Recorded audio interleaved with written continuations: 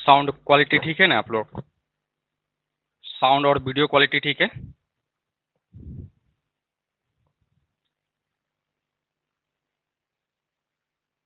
Comment कीजिए आप लोग।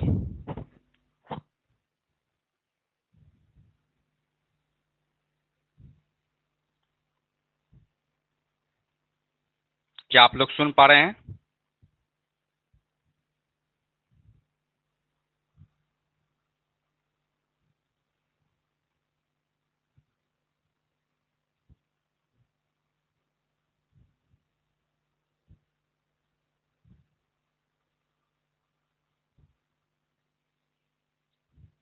तो आप लॉग आउट करके लॉग इन कीजिए।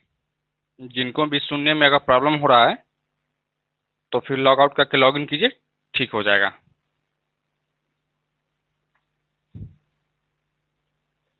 चलिए हम लोग क्लास को शुरू कर लेते हैं। और आज से हम लोग एक BSc part third math honours का एक हम बैच स्टार्ट किए हैं, ठीक है। और सेशन 2021 से 24 सेशन वाले के लिए ही, ठीक है। तो सबसे पहले हम लोग के पास जो है ना सफिशिएंट टाइम है पूरा कंप्लीट सिलेबस पढ़ने का, ठीक है।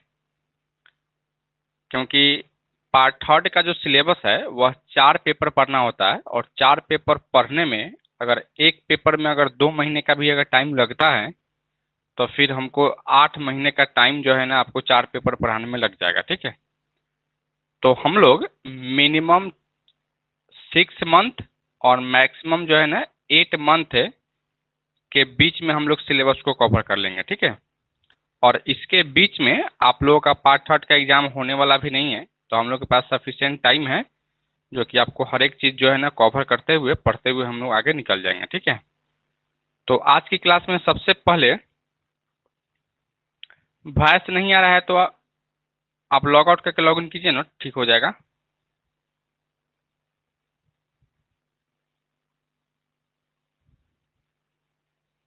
तो सबसे पहले आज की क्लास में हम लोग देखेंगे क्या कि भाई बीएससी पार्ट थर्ड का सिलेबस क्या है, क्या क्या आपको पढ़ना है, और कौन कौन से बुक आपको पढ़ने हैं, और कौन कौन से बुक में कितने ग्रुप में सवाल पूछे जाते हैं, ठीक है। यह सब चीज़ के बारे में हम एक एक करके बात करेंगे, ठीक है। यहाँ हम कहें सिलेबस की हम बात करेंगे कि भाई सिलेबस क्या है, ठीक है। तो आप लोग टॉपिक डालिएगा syllabus for BSc part third math honours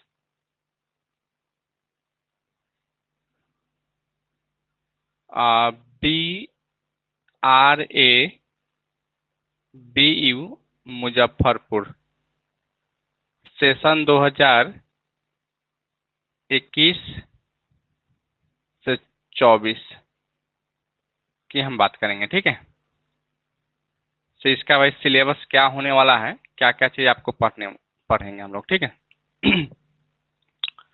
तो जिस तरीके से हम लोग, शायद नहीं दिखाई दे रहा है क्या? 1 मिनट रुकिएगा।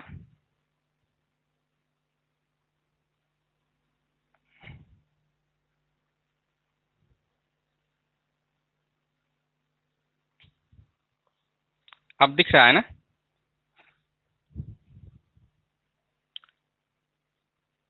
तो हम लोग जिस तरीके से हम लोग ग्रेजुएशन पार्ट वन और पार्ट टू में थे, तो पार्ट वन में हम 2 पेपर पढ़ते थे, पेपर वन और पेपर टू। उसी तरह से पार्ट टू में गए थे तो 2 पेपर पढ़ते थे, पेपर थ्री और पेपर फोर, ठीक है। यानी 2 साल में आपको 4 पेपर पढ़ना होता था। और पार्ट थर्ड में आप जैसे आए हैं तो हमको 1 साल में या कहें पार्ट थर्ड में हमको 4 पेपर पढ़ना होता है, ठीक है। और 4 पेपर हमको पढ़ना होता है, यानी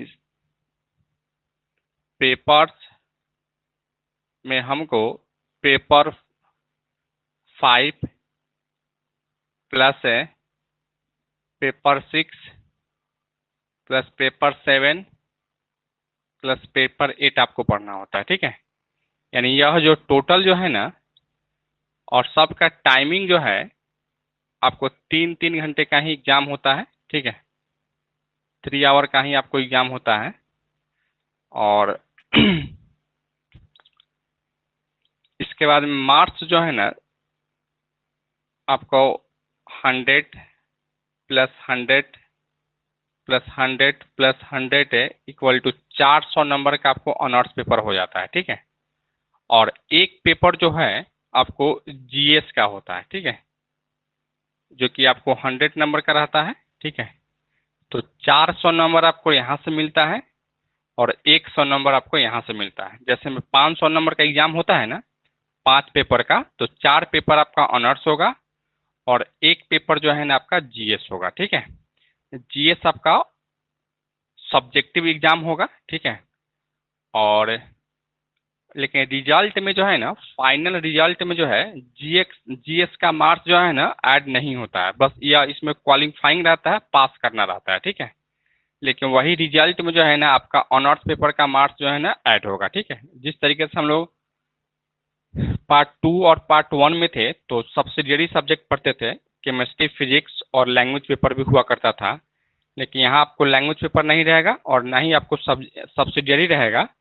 बस 400 नंबर का ऑनर्स पेपर होगा और 100 नंबर का जीएस रहेगा, ठीक है। जो कि आपको इसमें ओनली क्वालिफाइंग करना है, पास करना है, ठीक है। ठीक है।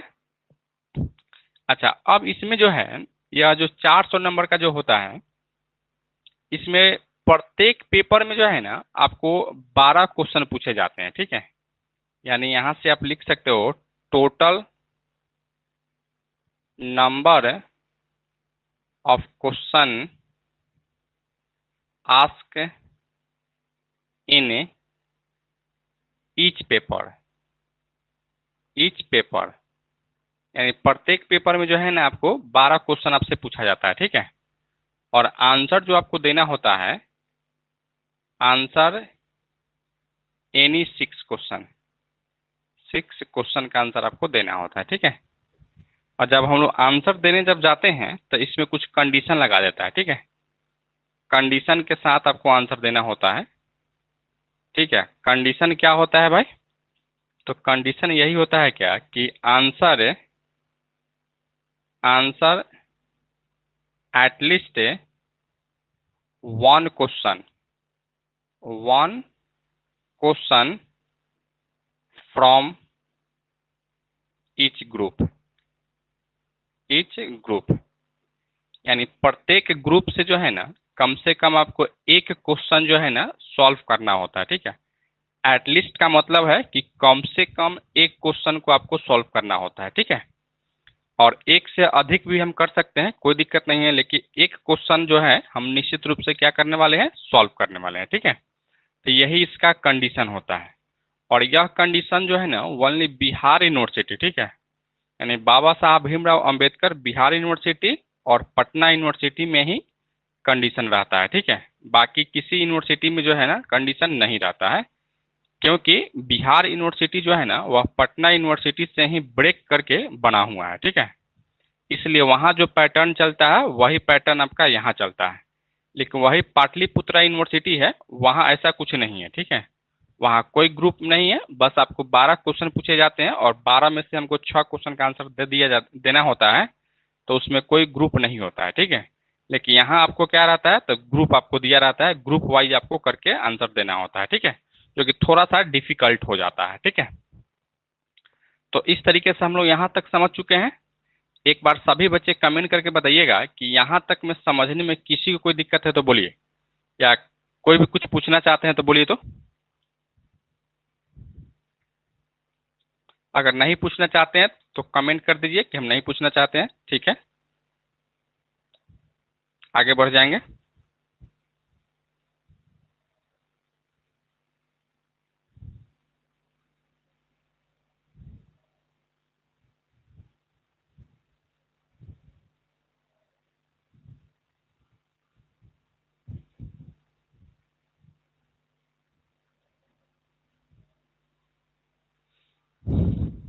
चलिए, अब हम लोग सबसे पहला हम लोग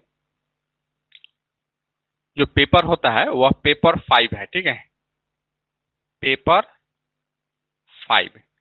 और पेपर 5 में जो आपको बुक पढ़ना है वो आपको रियल एनालिसिस बुक आपको पढ़ना है, ठीक है, यही बुक आपको पढ़ना है, ठीक है। और इस बुक से या कहें पेपर 5 जो है ना, वह 3 ग्रुप में सवाल पूछे जाते हैं, group A, group B, group C करके, ठीक है। यह आपका ग्रुप ए है, इसको आप ग्रुप ए कह सकते हो। आप इसको ग्रुप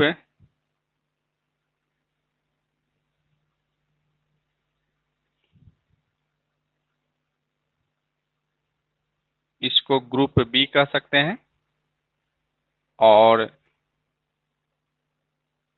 इसको ग्रुप सी कह सकते हैं, ठीक है। ग्रुप बी में जो आपको बुक पढ़ना था, या पेपर 5 के ग्रुप ए में जो बुक पढ़ना है, वह रियल एनालिसिस ही है, ठीक है। और इससे आपको टोटल नंबर ऑफ क्वेश्चन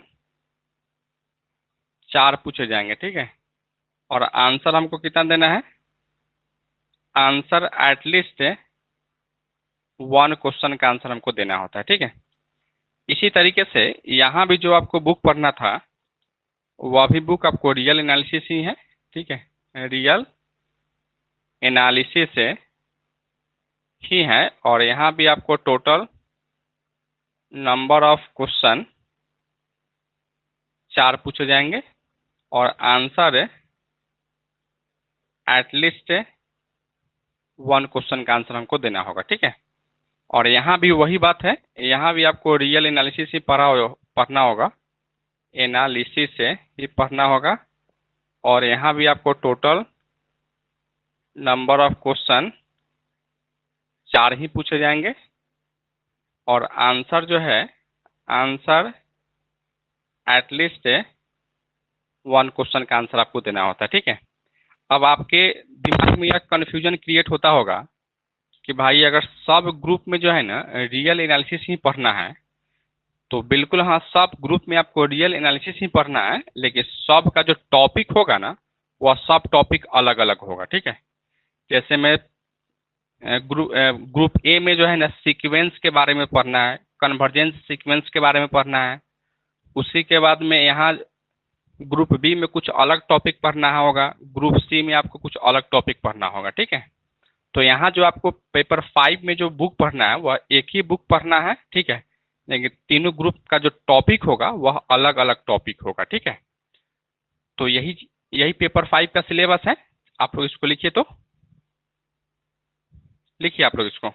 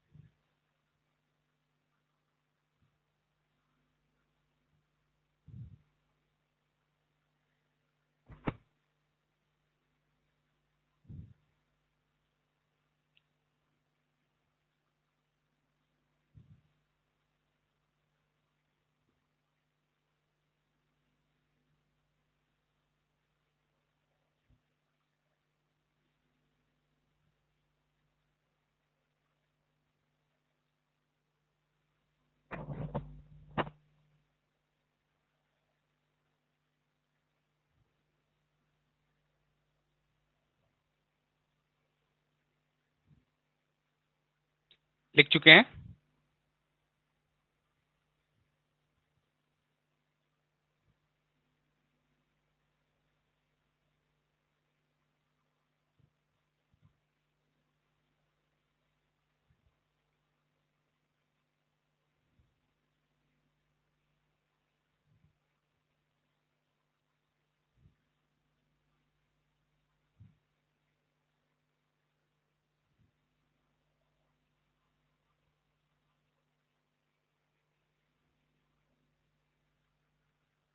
लिख चुके हैं आप लोग?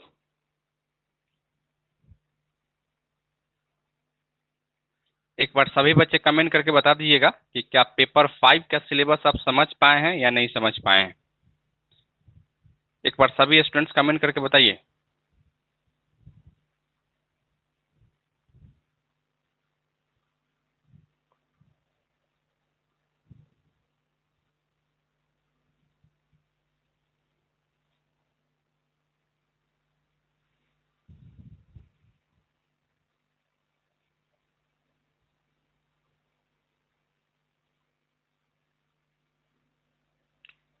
किसी को कोई दिक्कत?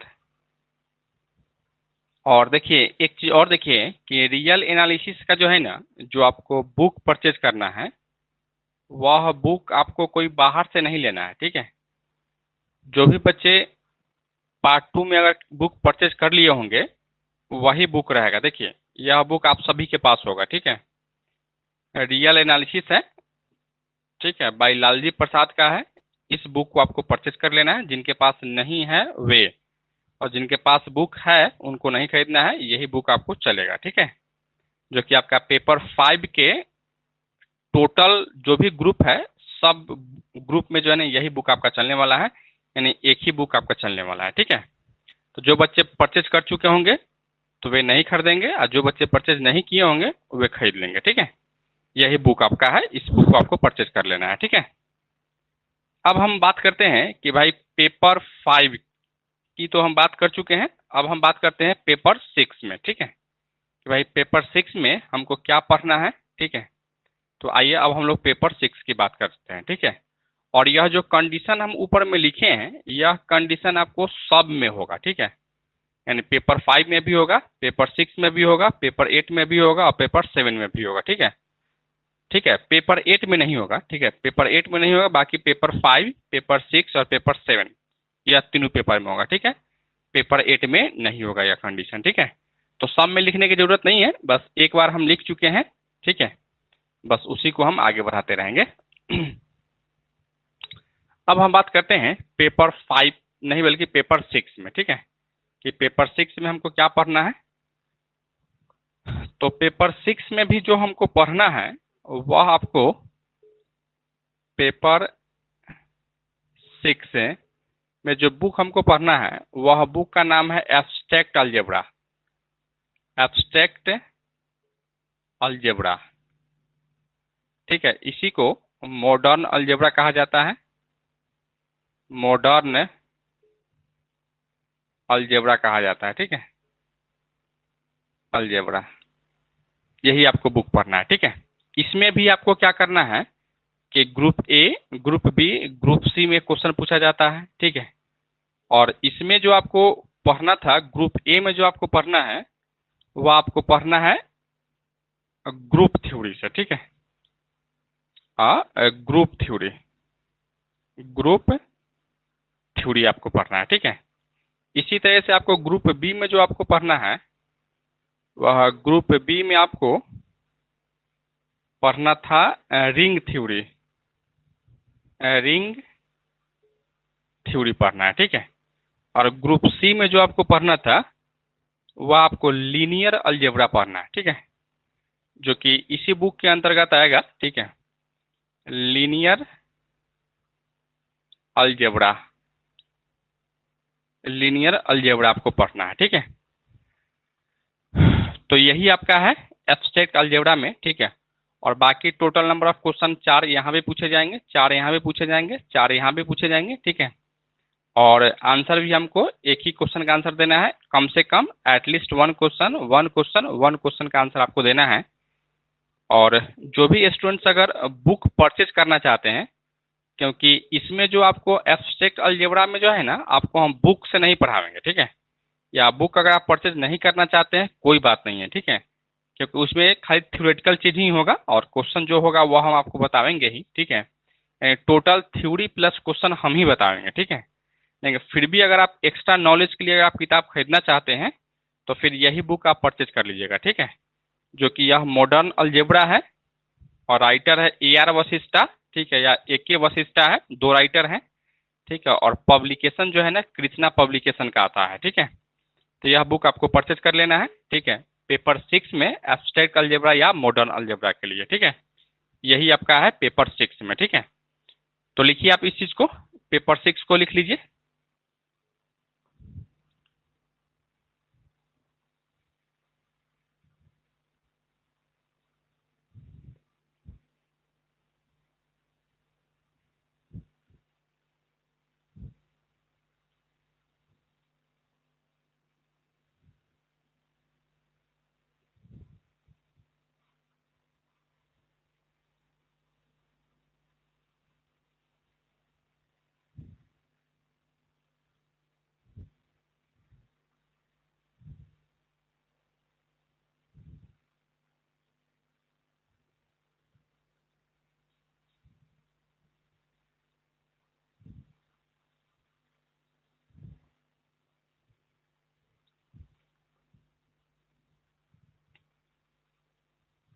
लिख चुके हैं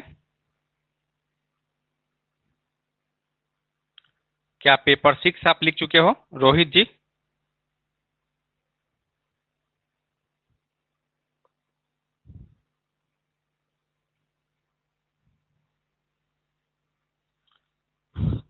तो अब हम लोग बात कर लेते हैं पेपर 7 की, ठीक है।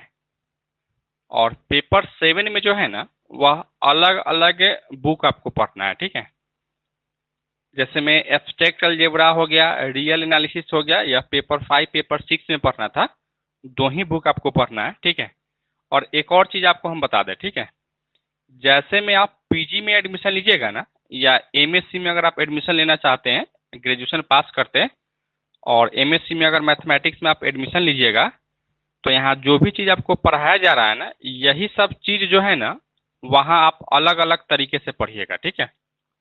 जैसे में ग्रेजुएशन में जो है ना, आपको टोटल 8 पेपर होता है, 800 का एग्जाम होता है। उसी तरह से आप PG में जाइएगा या MSc में जाइएगा, तो वहाँ 16 पेपर आपको पढ़ना होता है, ठीक है। जितना यहाँ ग्रुप देखे हैं ना, वहाँ एक पेपर पढ़ना होता है। जैसे एक पेपर में 3 ग्रुप है ना, तो वहाँ 3 पेपर आपको पढ़ना होगा। जैसे अभी लास्ट में आपको हम बताए हैं कि लीनियर अलजेब्रा, ठीक है, लीनियर अलजेब्रा वहाँ एक पेपर है। उसी तरह से एक आपका एब्स्ट्रैक्ट अलजेब्रा अलग है, रियल एनालिसिस अलग है, सबका अलग अलग पेपर है अगर आप PG में पढ़ते हैं तो, ठीक है। तो यहाँ आपको यह सब चीज़ सीखना जरूरी है ताकि आप PG में जो है ना, PG करने में आपको कोई दिक्कत नहीं हो, जिसके लिए आपको इस चीज़ को पढ़ना जरूरी है, ठीक है।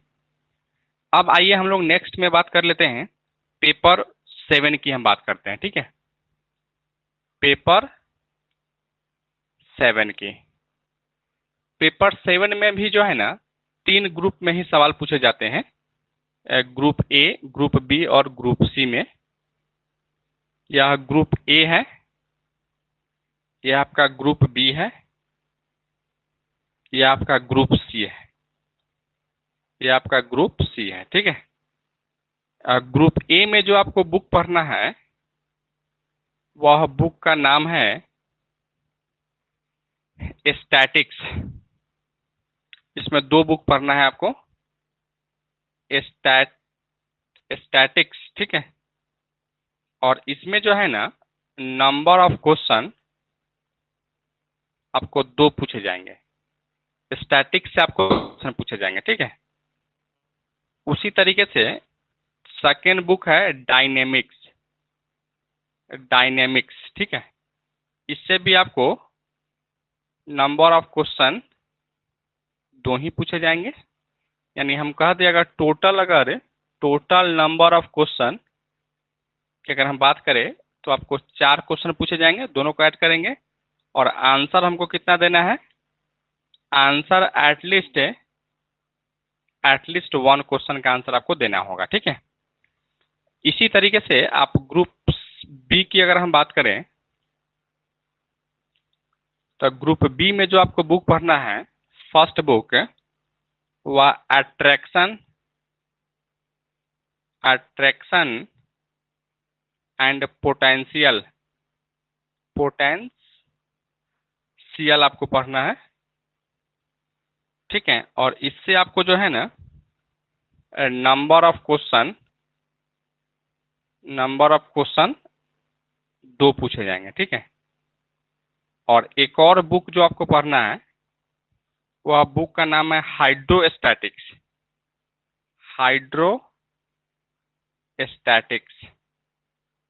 और इससे आपको जो है नंबर ऑफ क्वेश्चन 2 ही पूछे जाएंगे, अर्थात हम कहें टोटल नंबर ऑफ क्वेश्चन 4 पूछे जाएंगे। और आंसर तो हम लोग को पता ही है कि आंसर एटलीस्ट एक क्वेश्चन का आंसर आपको देना होगा, ठीक है। इसी तरीके से हम लोग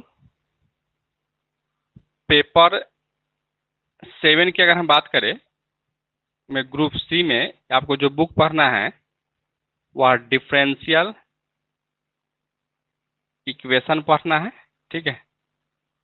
और इससे आपको टोटल इसमें एक ही बुक पढ़ना है, ठीक है। टोटल नंबर ऑफ क्वेश्चन आपको 4 पूछा जाता है, ठीक है। और आंसर एटलीस्ट 1 क्वेश्चन का आपको आंसर देना होगा, ठीक है। तो यही आपका क्या है, पेपर 7 है, ठीक है। और पेपर 7 में जो है ना आपको ना ही स्टैटिक्स का, ना ही आपको डायनेमिक्स का, ना ही आपको अट्रैक्शन और ना ही पोटेंशियल का और हाइड्रोस्टैटिक्स का भी बुक आपको परचेज नहीं करना है, ठीक है। इसमें जो भी चीज़ हम आपको पढ़ावेंगे वही आपको पढ़ना है, ठीक है। वही आपके एग्जाम के पर्पज से सफिशिएंट रहेगा, ठीक है। तो इसमें बुक खरीदने की कोई ज़रूरत नहीं है। बाकी बुक आपको परचेज करना होगा डिफरेंशियल इक्वेशन का, ठीक है। और डिफरेंशियल इक्वेशन का आप लोग अगर ऐसा बुक आपके पास होगा, ठीक है, डिफरेंशियल इक्वेशन बाय लालजी प्रसाद, तो ठीक है। और नहीं तो यही बुक आपको परचेज कर लेना होगा, ठीक है। यह डिफरेंशियल इक्वेशन है बाय लालजी प्रसाद का है, ठीक है। इसको आपको खरीद लीजिएगा। आप हालांकि पार्ट 2 में खरीदे ही होंगे, ठीक है। तो जिनके पास नहीं होगा वे खरीद लेंगे, जिनके पास होगा वह नहीं खरीदेंगे, ठीक है। तो यही इसका क्या है, पेपर 7 का टोटल आपका सिलेबस है। चलिए लिखिए तो आप लोग इसको जल्दी लिखिए आप लोग इसको।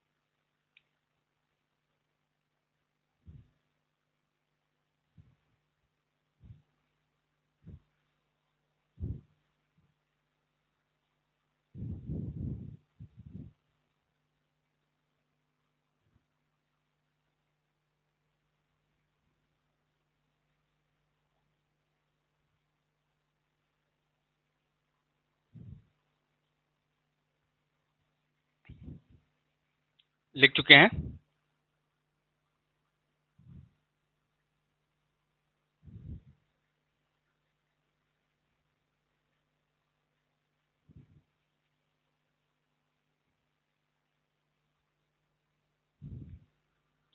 यहाँ तक कोई दिक्कत नहीं है किसी को भी?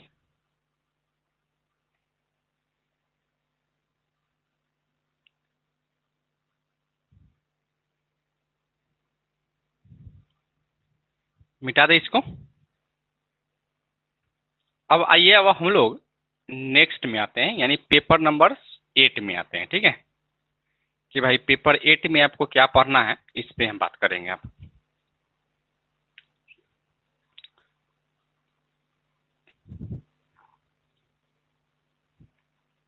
देखिए, पेपर 8 में जो है ना, आपको सब चीज वही रहता है। ठीक है, बस कंडीशन नहीं रहता है। ठीक है, यानी हम कहें कि भाई पेपर 8 जो है ना, वह ऑप्शनल पेपर है।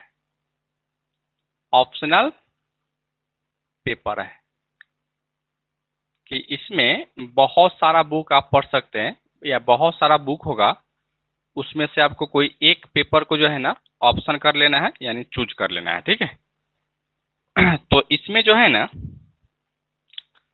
आ, सबसे पहले देखिए कि इसमें भी total total number of question ask in paper 8 में 12 क्वेश्चन ही पूछा जाता है। ठीक है, और इसमें भी जो है ना, आंसर आंसर एनी 6 क्वेश्चन का ही आपको आंसर देना होता है। ठीक है, इसमें नहीं रहता है क्या, तो इसमें ग्रुप नहीं रहता। ठीक है, देयर इज नो ग्रुप, इसमें कोई ग्रुप नहीं रहता है। ठीक है, उसी तरह से यहाँ से देयर इज नहीं बल्कि देयर आर लिखिए। There are no condition, condition भी जो है ना, इसमें कोई कंडीशन नहीं रहता है। ठीक है, बस आपको क्या करना है कि 12 क्वेश्चन आपसे पूछेगा। ठीक है, और 12 क्वेश्चन में से कोई 6 क्वेश्चन का आपको आंसर देना है। ना ही इसमें ग्रुप रहेगा, ना ही इसमें कोई कंडीशन रहेगा। ठीक है, और इसमें जो है ना, अब यहाँ ऑप्शनल या ऑप्शनल पेपर जो है, वह इसमें आपको बहुत सारा पेपर होगा, जिसमें पहला पेपर है न्यूमेरिकल न्यूमेरिकल एनालिसिस। सेकंड में है स्फेरिकल स्फेरिकल एस्ट्रोनॉमी एस्ट्रोनॉमी। ठीक है, और 3 में है theory of number theory of numbers, और चौथा में है प्रोबेबिलिटी प्रोबेबिलिटी थ्योरी। यानी इस चारों बुक में से जो है ना, आपको किसी भी एक बुक को आपको चूज कर लेना है। ठीक है, और वही बुक आपको पढ़ना है। ठीक है, तो जो आपको हम बुक पढ़ाने वाले हैं, वह आपको बुक यही हम पढ़ाएंगे। ठीक है, कि न्यूमेरिकल एनालिसिस ही आपको पढ़ाने वाले हैं, और न्यूमेरिकल एनालिसिस पढ़ाने के पीछे कारण यही है कि यह एक जो है ना थ्योरेटिकल कम क्वेश्चन वाइज जो है ना, क्वेश्चन वाला बुक है। ठीक है, या कहें क्वेश्चन वाला टॉपिक है। ठीक है, यह स्कोरिंग है, आसान भी है। ठीक है, आप लोग को निश्चित रूप से समझिएगा, कोई इसमें थ्योरी वगैरह नहीं है, थ्योरी भी है तो कम बेस है। ठीक है, क्वेश्चन बहुत रहता है इसमें, तो यही बुक आपको हम पढ़ाने वाले हैं। और आने वाला टाइम में आप पीयूजी में अगर एडमिशन लेते हैं, तो फिर न्यूमेरिकल एनालिसिस वहाँ भी पढ़ना होता है। तो अगर यहाँ आप पढ़े रहिएगा, तब जाकर वहाँ आपको कोई दिक्कत नहीं होगा, आप वहाँ आसानी से और इजी वे में समझ पाइएगा। ठीक है, तो यही न्यूमेरिकल एनालिसिस आपको हम पढ़ाने वाले हैं। ठीक है, और न्यूमेरिकल एनालिसिस का जो बुक आप लोगों को परचेज करना है, वह बुक आपको यही परचेज कर लेना है। देख लीजिए एक बार, हाँ, न्यूमेरिकल एनालिसिस है। ठीक है, और वही बुक है, आपको कृष्णा पब्लिकेशन है, और राइटर का नाम है गुप्ता मलिक चौहान। गुप्ता मलिक चौहान, 3 राइटर है। ठीक है, यह तीनों राइटर का आपको है, और इसका जो प्रकाशन है वह कृष्णा पब्लिकेशन का है। ठीक है, न्यूमेरिकल एनालिसिस आपको परचेज कर लेना है। ठीक है, यही बुक आपका है, यही बुक आपको परचेज कर लेना है। ठीक है, हालांकि सब बुक का जो है ना, हम फोटो आपके ग्रुप में शेयर कर देंगे, वहां से भी आप देख लीजिएगा। ठीक है, फिलहाल आप इसको लिखिए, तो इसको लिखिए आप लोग जल्दी।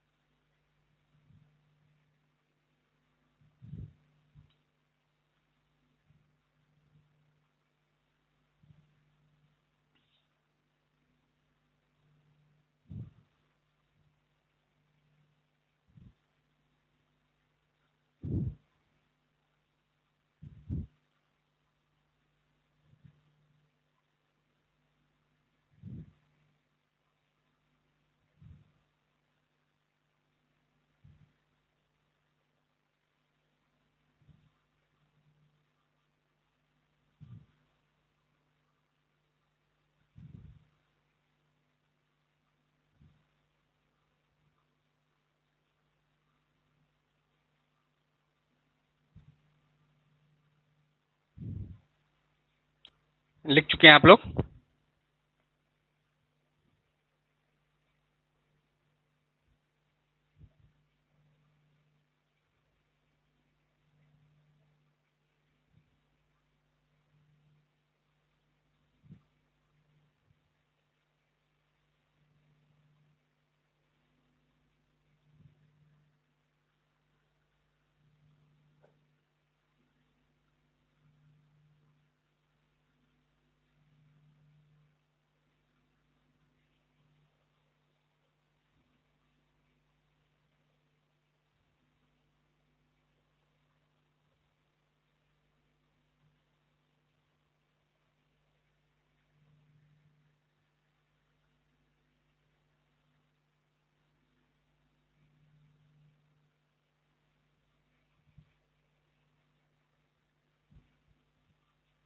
लिख चुके हैं?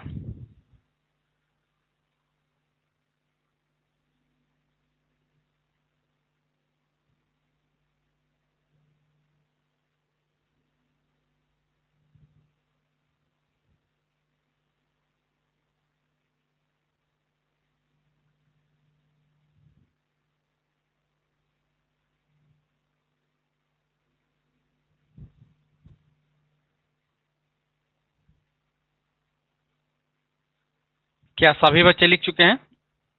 एक बार कमेंट करके आप लोग बता दीजिएगा कि क्या आप सिलेबस को समझ पाए हैं या नहीं समझ पाए हैं।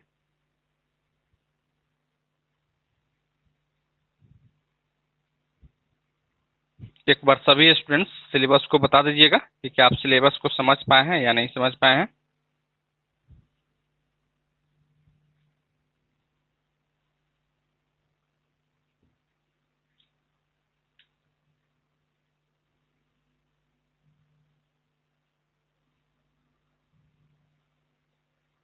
समझ गए हैं ना? तो आज की क्लास में हम लोग सिलेबस के बारे में ही पढ़ें, ठीक है।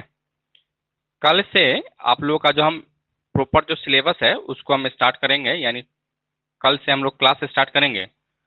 तो उसमें पेपर 7 का जो ग्रुप सी में डिफरेंशियल इक्वेशन है, वही डिफरेंशियल इक्वेशन से हम शुरू करेंगे, ठीक है। और वही से शुरू करने के पीछे एक ही लॉजिक है कि ठीक है कि हम वैसा ही टॉपिक हम स्टार्ट करना चाह रहे हैं कि जो आपको जो पार्ट 2 में जो पढ़े हैं वहीं से हम शुरू करेंगे, पार्ट 3 में हम आ जाएंगे, ठीक है। आपको ऐसा कभी भी फील नहीं होगा कि कुछ हम एक्स्ट्रा या अलग पढ़ रहे हैं, ठीक है। ताकि एक से एक के बाद एक है, ठीक है। तो जहां तक हम डिफरेंशियल इक्वेशन बीएससी पार्ट 2 में पढ़े हैं वहीं से हम लोग पार्ट 3 में हम स्टार्ट कर लेंगे, ठीक है। ताकि आपको कोई दिक्कत भी नहीं होगा और आपको लगेगा नहीं कि कुछ हम नया चीज हम पढ़ रहे हैं, ठीक है। और एक और चीज है कि जैसे आप पार्ट 2 में थे तो वहाँ एक लास्ट वाला चैप्टर पढ़े थे, linear differential equation with constant coefficient. Chapter का नाम था linear differential equation with constant coefficient, ठीक है। वह चीज़ पढ़े थे जिसमें हम लोग CF निकालते थे, कॉम्प्लीमेंट्री फंक्शन निकालते थे, उसके बाद पार्टिकुलर इंटीग्रल यानी PI निकालते थे, और दोनों का जब सॉल्यूशन लिखते थे तो दोनों को जोड़ के हम लिखते थे y equal to CF plus PI लिखते थे। वही मेरा क्या हो जाता था, द रिक्वायर्ड सॉल्यूशन हो जाता था। ठीक है, तो तो उस चीज को जो है ना एक बार आप पढ़ के आइएगा। ठीक है, उसको एक बार रिवीजन कर लीजिएगा।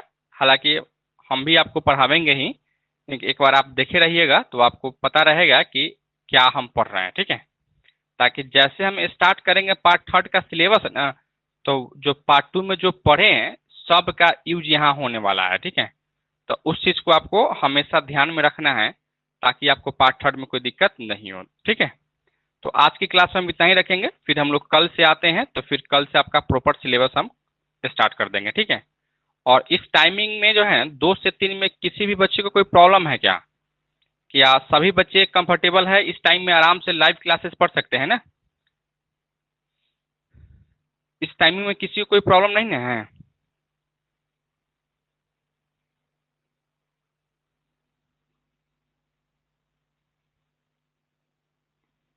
क्या किसी को कोई प्रॉब्लम है इस टाइम में?